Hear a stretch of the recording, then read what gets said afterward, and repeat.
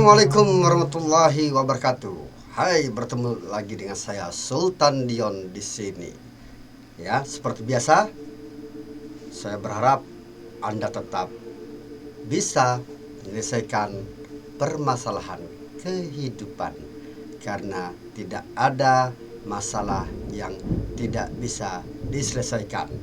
Apalagi kalau Anda kepegadaian. Hanya satu, jangan sampai Anda mengabaikan harga diri dan menggadaikan iman dan takwa Anda. Asik. Saya tepuk tangan sendiri. Oke. Koboi tak berkuda, kata para netizen, ya kan? Koboi yang ngomongnya ngelantur, yang ngomongnya belepotan, kata para hater. No problem. Semua kita pasti ada yang menyukai, semua kita pasti ada yang menyenangi. Itulah rumusan dunia. Oke. Ya, kali ini kita akan membahas seperti yang saya janjikan pada video sebelumnya, bahwa saya akan membahas soal kata pribumi. Mari saksikan video berikut ini. Yang pertama dari Guru Gembul dulu. Ini dia, check it out. Betapa sakitnya. Coba kita melihat kalangan nasionalis, Islam nasionalis, sakit hati ketika melihat ada orang keturunan Yaman kemudian disujudi, diciumi kakinya oleh orang-orang pribumi pesek. Oke. Luar biasa ya. Katanya kalangan nasionalis sakit hati oleh orang-orang keturunan Yaman yang kakinya diciumi oleh pribumi pesek. Saya ulangi, pribumi pesek. Waduh, udah pakai kata pribumi pesek lagi. Ini pribumi, ini katanya guru nih, Gembul. Kemarin saya sempat keceplosan, gemblung gitu kan. Guru, dia tahu nggak bahwa kata-kata pribumi ini bahwa sudah dilarang? Oke. Nanti kita bahas. Nah, yang kedua ini ada video dari Pak Roma Irama. Ya, ini. Lihat. Ini harus kita perbaiki sistem sosial antara Ba'alawi dan pribumi. Oke. Sistem sosial antara Ba'alawi dan pribumi. Waduh, Ba'alawi dan pribumi. Jadi dengan kata lain, Ba'alawi itu punya kasta tersendiri dan kita pribumi. Ntar dulu. Oleh karena itu, mari kita bedah dulu. Apa yang dimaksud dengan kata pribumi? Ini pada nyebut pribumi aja nih ya. Ya, pribumi ya, menurut Kamus Besar Bahasa Indonesia adalah penduduk asli yang berasal dari tempat yang bersangkutan. Kalau bahasa Belandanya inlander ya. Jadi pribumi itu, tahu nggak nih teman-teman, pribumi itu berasal dari siapa yang membuat? Tahu nggak? Pasti tahu, bohong nggak tahu, orang informasi udah banyak kok. Pribumi itu yang membuat itu adalah orang Belanda untuk membedakan golongan-golongan, ya. Dan mereka itu cantumkan di dalam suatu undang-undang Belanda itu, ya, yaitu pasal Inklusle Staatundung.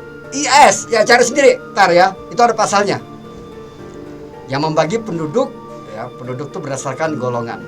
Ada golongan Eropa, ada golongan Cina Timur, ada golongan ada golongan Cina, ada timur asing gitu kan, ada juga bumi putra atau pribumi. Jadi pribumi itu untuk menunjukkan kastanya penduduk lokal gitu kan, penduduk asli. Nah, gitu. Asli yang mereka tuh datang orang Belanda itu karena mereka merasa orang Eropa. Jelas itu. Nah, saya selama ini selalu kalau misalkan mendengar ceramahnya katakanlah Habib Rizik gitu kan, dia selalu mengatakan NKRI kok, mereka adalah warga negara Indonesia gitu kan. Belum pernah mereka mengatakan kami penduduk Yaman gitu. Kalau keturunan ya semua, kalau bicara tentang soal keturunan, wah kacau kita ini. Ini namanya kita menciptakan, yang bicara tadi ini, menciptakan disintegrasi nasional, terpecah-pecah. Baik, apa efek yang paling nyata tentang soal pribumi ini? Masih ingat gak dulu? Tahun 98, kerusuhan 98 sebesaran. Semua terpampang itu tulisan pribumi, ini rumah pribumi. Milik siapa waktu itu? Milik orang keturunan Tionghoa atau Cina. Ini milik pribumi supaya nggak dibakar. Karena waktu itu sentimen tentang pribumi itu kencang sekali. Dulu 98 yang dituju adalah keturunan Tionghoa atau Cina. Kemudian sejarah itu berulang pada saat Pak Anies melawan Ahok. Ketika Pak Anies menang menjadi gubernur, maka muncullah kalimat pribumi kembali ke pangkuan Ibu Pertiwi. Ya. Kemudian sekarang muncul lagi, tapi yang diincar adalah katanya keturunan dari Yaman. Muncul lagi kata-kata pribumi. Kalau kita berkutat di masalah pribumi terus, sampai kapan Indonesia mau maju, saudara-saudara? Bandingkan misalkan Malaysia. Malaysia itu ada India, ada Arab. Walaupun ya, dasar negara mereka adalah syariat Islam, tapi tidak ada diskriminasi soal ras, suku, bangsa. Ketika mereka sudah lahir di Malaysia, maka mereka menjadi warga negara Malaysia. Nah, bagaimana dengan Indonesia? Sebenarnya pemerintah itu sudah mencoba melakukan hal itu melalui yaitu Undang-Undang Impres, Instruksi Presiden nomor 26 tahun 1998, yaitu menghentikan segala penggunaan istilah pribumi dan non-pribumi. Silakan dibuka. Sudah ada pemerintah itu sudah mencoba untuk mempluralisasikan,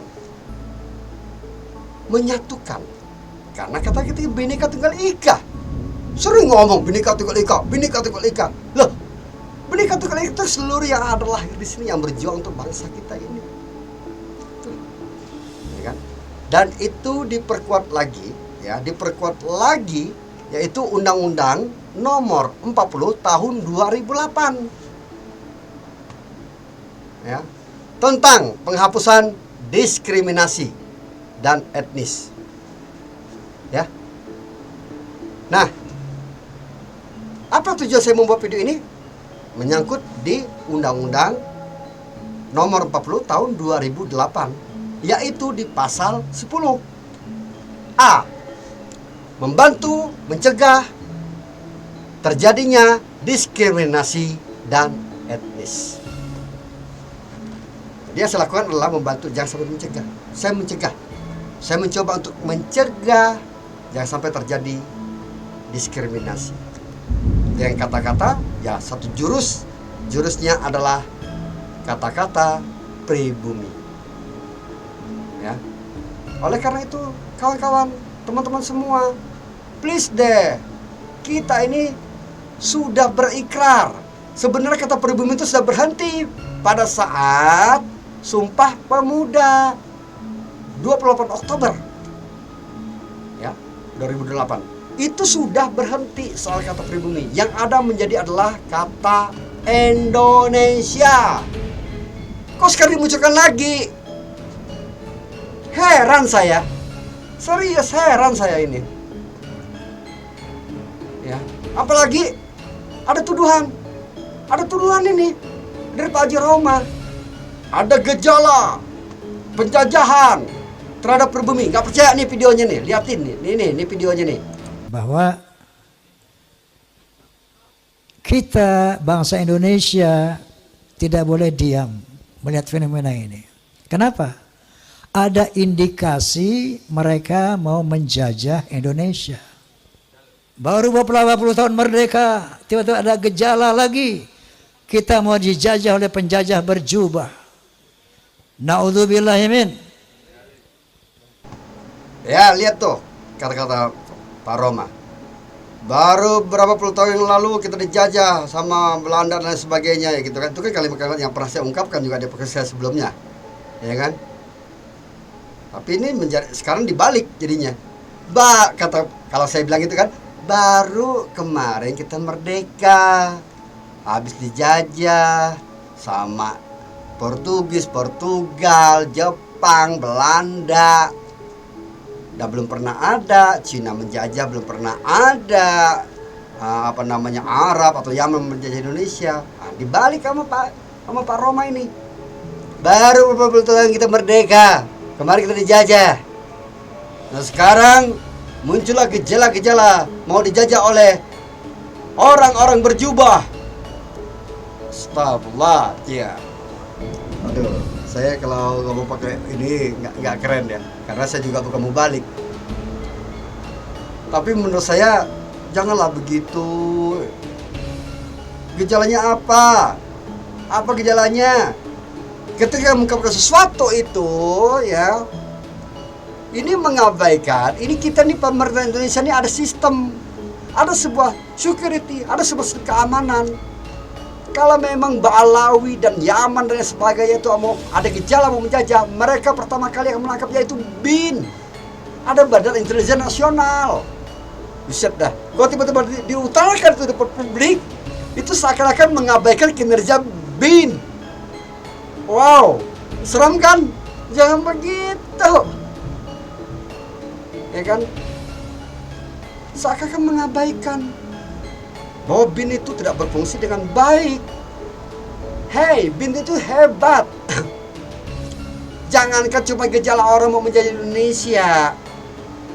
Ya, para teroris aja itu bisa diberangus. Bahkan ada yang namanya tuh apa tuh? HTI, Khilafah, diberangus.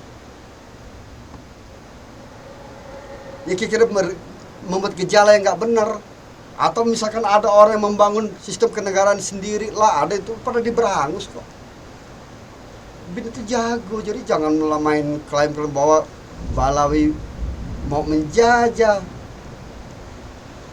Kasianlah orang-orang sudah berteriak tentang NKRI harga mati. Betul bahwa memang kembali lagi ada oknum-oknum yang ngaco, itu betul. Datanginlah. Kau perlu laporkan polisi. Ini negara hukum.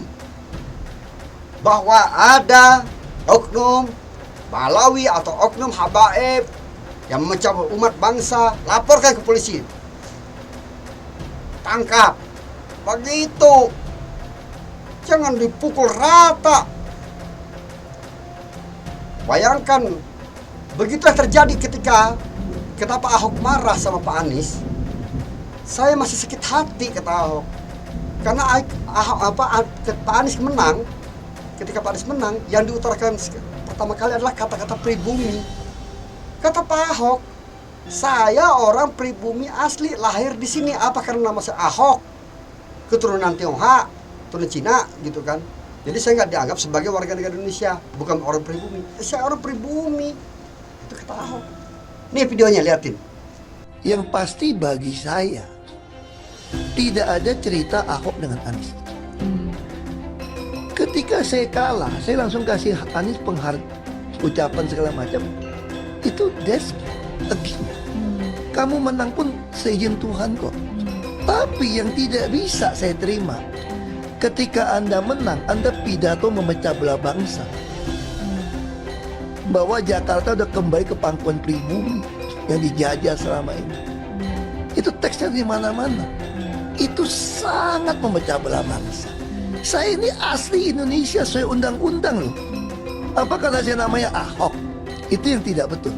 Seorang Anies lakukan. Oke, jelas ya. Oke.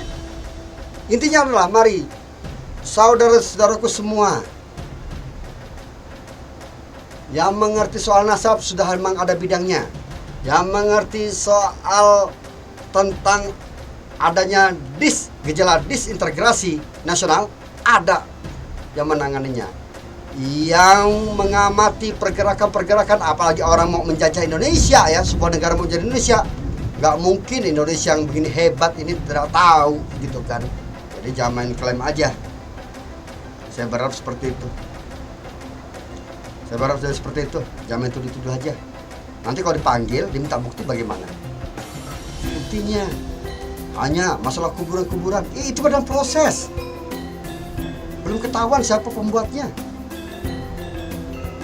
Ya. Bisa jadi itu politik ada domba. Yang menyuruh mungkin bukan juga habaib, atau memang orang habaib itu tangkap orang habaibnya. Tapi bukan jadi patokan bahwa masa gila gara-gara kuburan gitu.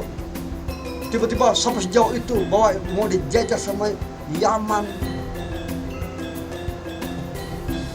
Oke, terlalu besar lah pikiran kita jauh, melanglang buana.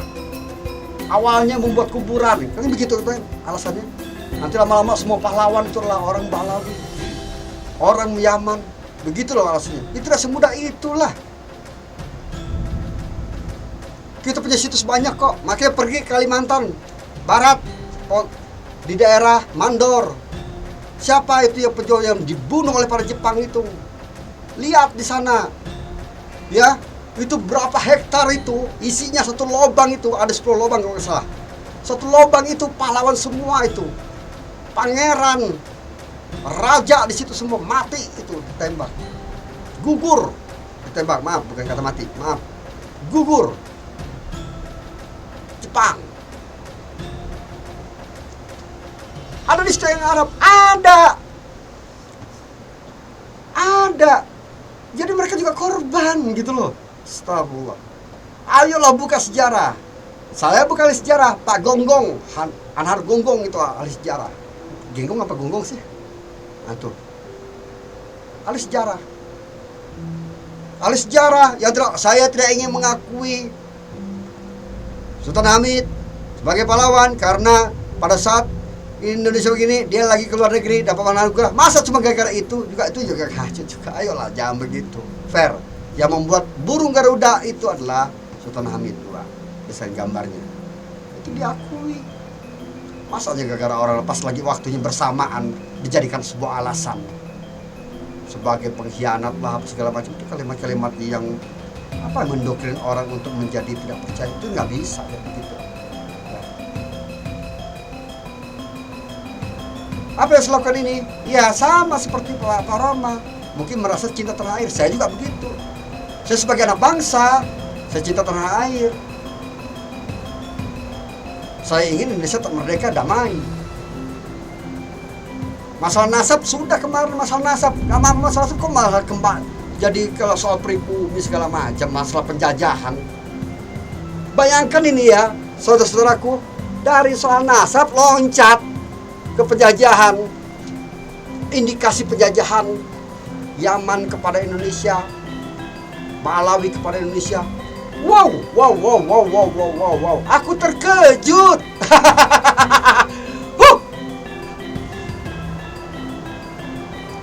Oke, ini Yaman. Ya. Memang ada bilang Tarim adalah ini, adalah itu kan hanya omongan-omongan mereka itu. Tinggal dijelaskan, tidak usah begitu lah gitu kan. Kasih analisis yang seimbang aja. Tapi bukan berarti menjadi sebuah alasan bahwa bakal dijajah Indonesia. Yaman yang jelas, ya yang jelas nih membantu Palestina. Dah jelas tuh. Lawan Israel. Dah itu aja dulu. Indonesia juga begitu. Ibu Retno itu sekarang mati-matian berjuang memerdekakan pengakuan terhadap Palestina menjadi negara yang merdeka. Itu bertop. Ini nih kameranya, top. Begitu. bicara tentang global, dunia universal. Pak Prabowo, presiden terpilih, pun sudah bicara tentang bahwa kita jangan tenang-tenang saja karena dunia sedang berbahaya, bakal terjadi perang dunia ketiga. Itu fokus ke situ. Bersatu dong, bersatu. Kok bersatu pakai persyaratan? Apaan sih? Secara tidak jelas kok, ideologinya Pancasila. Selama siapapun dia, baik itu perorangan, ormas, kelompok, masih mengaku Pancasila sebagai dasar negara, NKRI, harga mati, Bhinneka Tunggal Ika menjadi semboyan negara, maka itu adalah pribumi. Itu adalah warga negara Indonesia. Itu adalah warga negara Indonesia yang mencintai tanah airnya. Karena ini kalau misalnya kita biarkan, ya, nanti akan nyebar lagi nih. Kalau gitu dibalas kayak gini gimana? Bagaimana pemain naturalisasi yang pemain sepak bola? Wow, mereka bahkan nggak lahir di sini, tapi membela atas nama Indonesia. Wuhui, waduh, gimana tuh? Ayo, jelas membela negara Indonesia. Begitu Pak Habib Rizik, berjelas beliau berjuang. Beliau mengkritik pemerintah, ya dengan gayanya beliau lah, ya. Sebagai seniman, maka saya akan bicara sebagai seorang seniman, sebagai dasar seni. Bro, sis, lagu akan indah apabila ada harmoni. Harmoni adalah perbedaan yang disatukan karena ada unsur gitarnya, karena ada unsur suara piano, ada unsur suara drum, ada unsur suara bass, ada unsur vokal.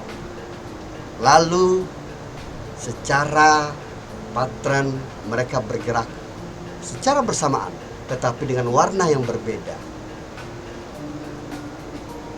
Dan agar lagu itu tidak kaku, indah, ya, itu harus ada dinamikanya. Lah kalau semuanya ulama marilah kita beriman, marilah kita bersatu. Begitulah, masa ada yang kalem semua. Yang enggak memang harus ada, mari kita berjuang. Ada yang, mari kita berjuang bersatu. Ada yang, hai, mari kita berjuang bersatu jamaah. Ya itu memang warna. Itulah hebatnya Indonesia.